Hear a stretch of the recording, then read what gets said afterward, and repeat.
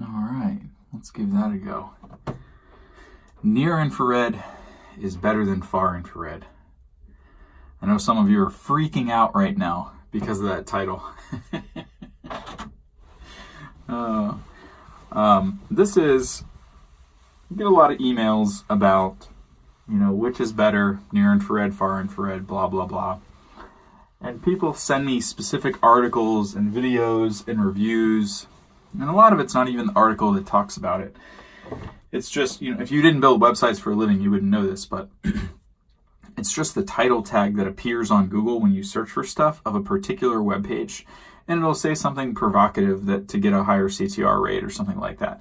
If you've never built a website before, this will be Greek to you, but I always kind of chuckle when people send this stuff to me because they're asking me questions about what's in the title tag, and then when you actually review the information on the page, there's never any reference to what the title tag says to make you click on the article. So if you're not in the web services business, this is called clickbait. You see it all over YouTube where there's things that make you click on them. It's very prominent on Facebook. And so near infrared is better than far infrared. Do I believe that's true? No. However, there are skin healing benefits. There's mitochondrial and energy benefits that I have been studying and researching from near infrared. And I do believe that near infrared is a beneficial treatment. However, I'm not a person that believes you need a full spectrum sauna or a near infrared sauna or a sauna that has all three wavelengths in it. The main reason why is because I've built near infrared saunas, and I've also used PBMT lights, which is photobiomodulation, which is red light therapy and near infrared therapy, usually in the middle of the 600 nanometer wavelength and the middle of the 800. One's visible, one's not. The point is, if you isolate near infrared in that fashion, right, you can sit in front of it for hours and you're never going to sweat like I'm sweating right now. I'm using the cell phone for this video, so I don't know if you can see me sweating. Usually I bring the big camera in here and the quality's a lot better, but I mean, I'm pretty glistened up. Been in here for about 13 minutes. Current temperature, people always want to know what I do, what the best temperature is to run the sauna on and all this other stuff. To be honest with you, what I do in the sauna now has changed a lot from when I started. I'm even going to open the door right now just to ventilate things. I like fresh air, and I also like staying in at a lower temperature so that the body stays more relaxed. And in the beginning, I know this is unrelated, but I know a lot of people would appreciate updates in the middle of the videos as time goes on and I learn more things and the better ways to use the saunas. It kind of turns out that there's some research that supports that not using the sauna at such a higher temperature may in fact allow the body to stay in a relaxed state instead of switching from parasympathetic to sympathetic from the heat stress response. If you can sweat quite a bit before you trigger that response or stretch it out a little and make it a little easier on your body, and this is my opinion, I'm not a doctor, I don't offer I don't claim to be any kind of sauna expert or anything like that. This is just for my own testing and using saunas for over a year now. It feels like if you can, I don't know how to explain that. If you're suffering from any type of fatigue or adrenal issues or anything like that, there also may be a side benefit to doing it this way and using the sauna at a lower temperature, because if you think about it, it's really just a kinder way. It's kinder to your body. And you can tell, like, there's no lack of sweat. And that kind of brings me full circle to when I first was using the saunas. I wanted a sauna that would get really hot as fast as possible and go up to a higher temperature than the cheap ones that I used that only went up to like 139, 140. And it was a struggle to get those saunas up that high. And so it was almost like a He-Man response or like an egotistical response. Like, I thought I was doing good by, using the sauna at 160 degrees for an hour, even though I felt like I was going to pass out sometimes in the beginning when I wasn't heat adapted and my heat tolerance just wasn't there.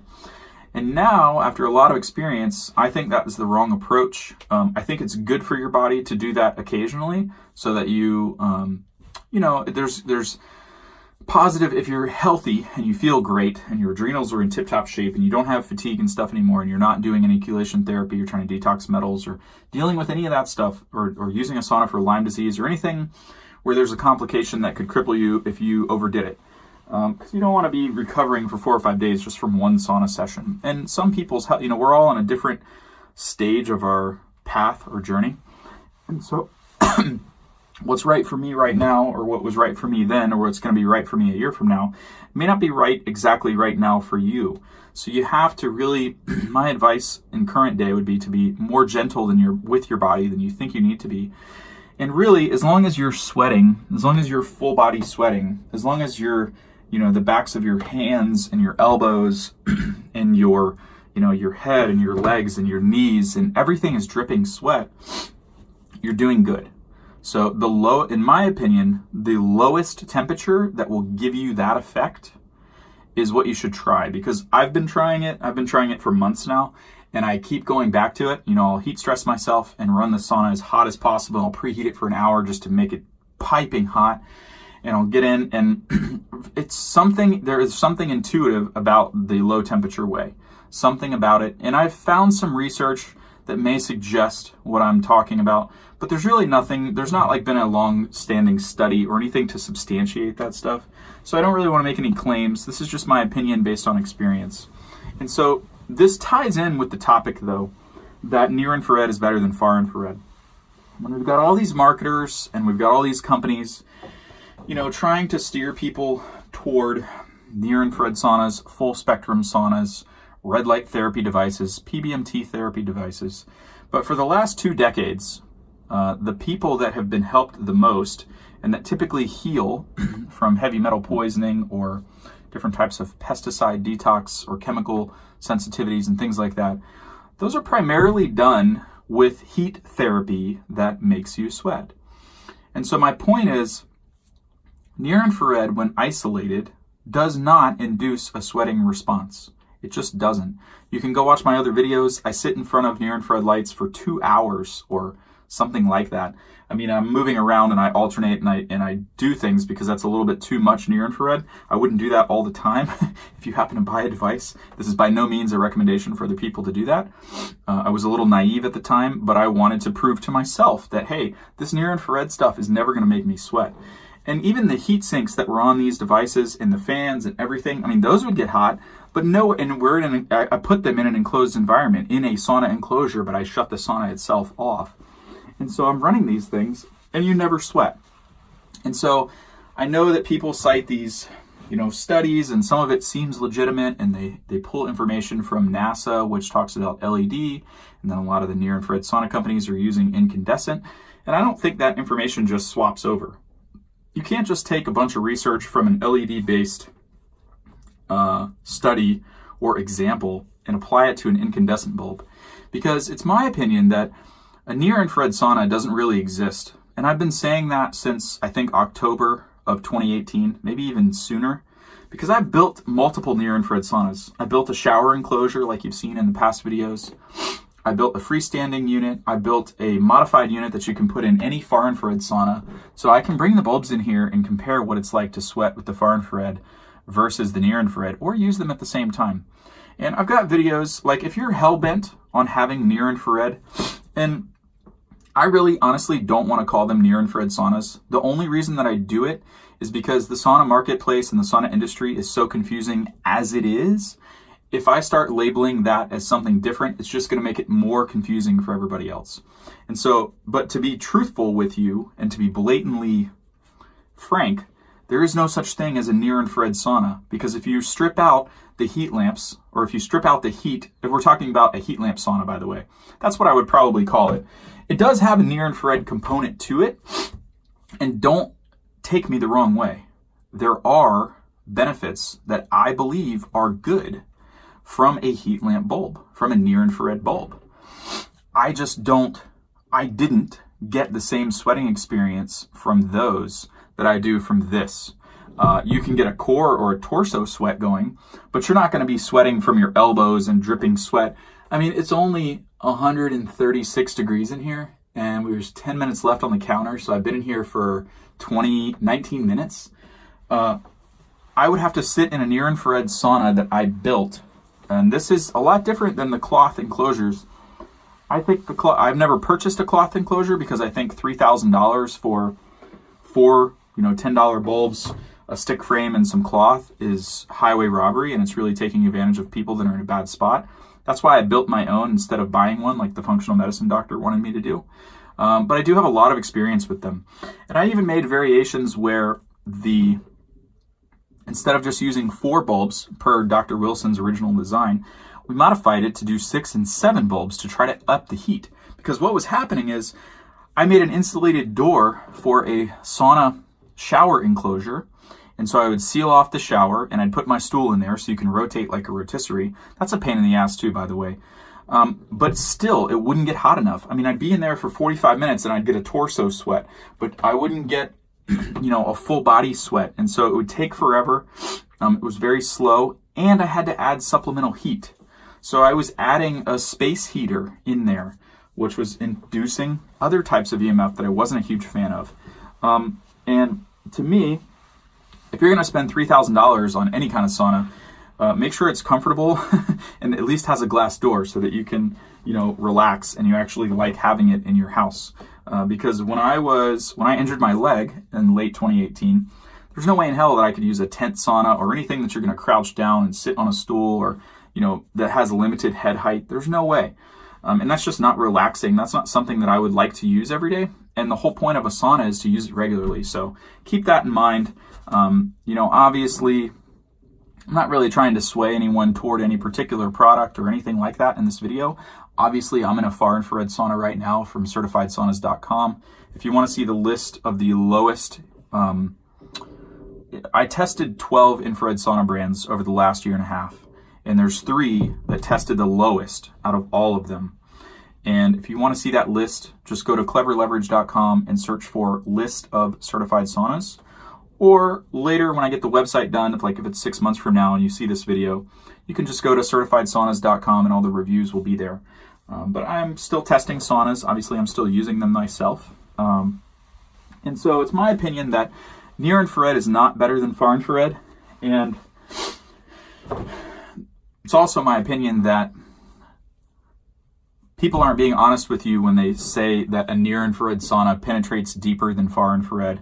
Because if you analyze an incandescent heat lamp bulb that they call a near infrared bulb, there is near infrared coming out of the full wavelength or the full spectrum of that. But there's also 2 other things that's really giving you the sweating response. The far infrared portion that's emitted, and they don't talk about that, and the heat from the heat lamp itself. If you put 4 250 watt heat lamp bulbs in a tiny little enclosure, that's 1,000 watts of heat. It's going to heat you up, but it's not the near infrared doing it. And so I just think that people are being misled. I think that you can build near infrared saunas really cheap. I mean, I built mine for less than $200, a bunch of them. And I think if you're going to spend thousands of dollars on something, number one, buy a couple heat lamp bulbs first and test it out before you do that, because I don't want to tell you what to do, or I don't want to pawn off my experience onto you and tell you it'll be exactly the same. But if I had to guess, you're never going to get this full body sweat from a near infrared sauna like you will in a far infrared sauna. And I have some videos coming out because there are some people that are hell-bent. I shouldn't say hell-bent. There are some people that are convinced of the near infrared healing benefits of a heat lamp bulb, which I agree with. I think it's a good thing. What I don't normally show is that starting middle of last year, I started modifying saunas. I'd cut holes in the roof. I'd put exhaust fans in. I would try different ventilation methods. I would try different shielding methods to make bad saunas good. I would try all types of stuff.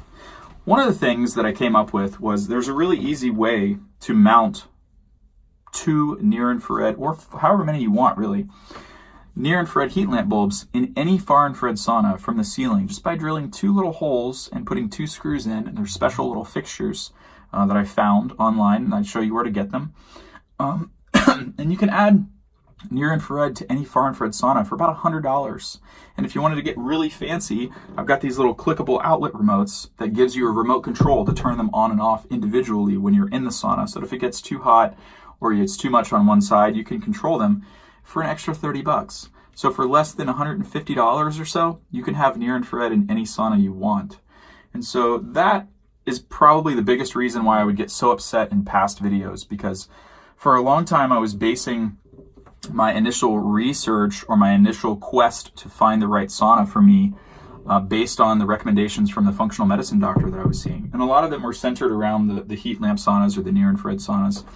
And I just struggled. I knew something wasn't right about that. And I knew that I wasn't getting a deep detox, because I'd go to the local spa and I would use the far infrared sauna for like 25 minutes and I would just have sweat pouring out of me like right now. I mean, I've been sweating this entire time, and I don't, you guys can't see it, but every time I go like that, I'm opening the door just to give myself some fresh air and to keep the temperature. I want the heaters in the sauna on all the time, but to keep the temperature under, it's about 135 right now. And I've been in here for 27 minutes, and this is a pretty good session. And the nice thing is I'm comfortable, I'm not huffing and puffing, the body is not overheated, yet the core temperature is elevated. And the volume of sweat that's allowed to come out when you stay in this relaxed state like this, and you're not overdoing it, and you've got plenty of far infrared coverage, because that's what makes the huge difference in my experience. I've been in a lot of saunas. I've been in more saunas than most people that work for the sauna companies that are trying to sell you the saunas. And so my perspective may be a lot different than you're used to hearing. But there's no such thing as a near infrared sauna in my book. There's no such thing as a mid-infrared sauna. And if you really want near infrared or mid-infrared, you know, my other videos will show you how to add it for $100, couple $100. It's very inexpensive. And I truly believe, based on my own testing, that myself and other people get faster, better results in a far infrared sauna. Now, there is one caveat. Generally, a cheap far infrared sauna, like from Costco, like the ones that I originally started out to have really high EMFs, generally a near infrared sauna or a heat lamp sauna, bulb sauna, is going to have lower EMFs than one of those cheap saunas, just given the nature of the way that it's set up, because it only has, you know, power run to one side and you're rotating on the little stool. So it's not like you're surrounded in, you know, heaters like this and wiring and things like that. So there's a pro and a con to that. The pro is if you can't afford a true low EMF sauna like I feature on CertifiedSaunas.com, because they are expensive. And you know, I'm well aware that there's been times where I looked at it and I was like, oh my God, $4,000. Like, I'm gonna have to put this on a credit card, and you know, I would second guess it. That's why I recommend everybody. I tell everybody, oops, I'm not done with the video, so let's add some time. I tell everybody, make sure infrared saunas are right for you before you buy one. You know, you call a lot of sauna companies and all they want to do is like push and tell you their sauna is the best, and you know, they're having a stupid sale and get in before the price goes up, and you know, oh, it's only $5,500. You want to pay with Visa or MasterCard? Come on, let's do it. Let's roll. And it's like, dude, man, it's so used car salesman-ish. But you know, I'm well aware that the point is, near infrared saunas or the heat lamp saunas, a lot of people get confused with the marketing because people say that they have lower EMF. They do if you compare them to a cheap ass sauna that isn't very good. But if you get into a quality far infrared sauna and you could A/B them, you know, you could use one and then hop in the other and test it, I guarantee you that your experience would be much similar to mine and that you would fall in love with far infrared. And if it turns out you need the near infrared for other things like acne or different types of skin treatment or thyroid treatment, I can show you how to add that to any of these saunas. So I hope that helps, and I hope that sheds some light on why near infrared is way better than far infrared, and I hope you know that I'm being facetious. So have a great day, and we'll see you in the next sauna video. I haven't done any of these style videos this year, so if you guys could please help me out, leave a comment on the YouTube video below or on the blog post and tell me what topic you want me to talk about in tomorrow's sauna session. So every day I'm going to shoot a video when I'm doing my sauna session, and that should help you guys out, and I'll get caught up on all the questions for 2019. Have a great day. We'll see you in tomorrow's video.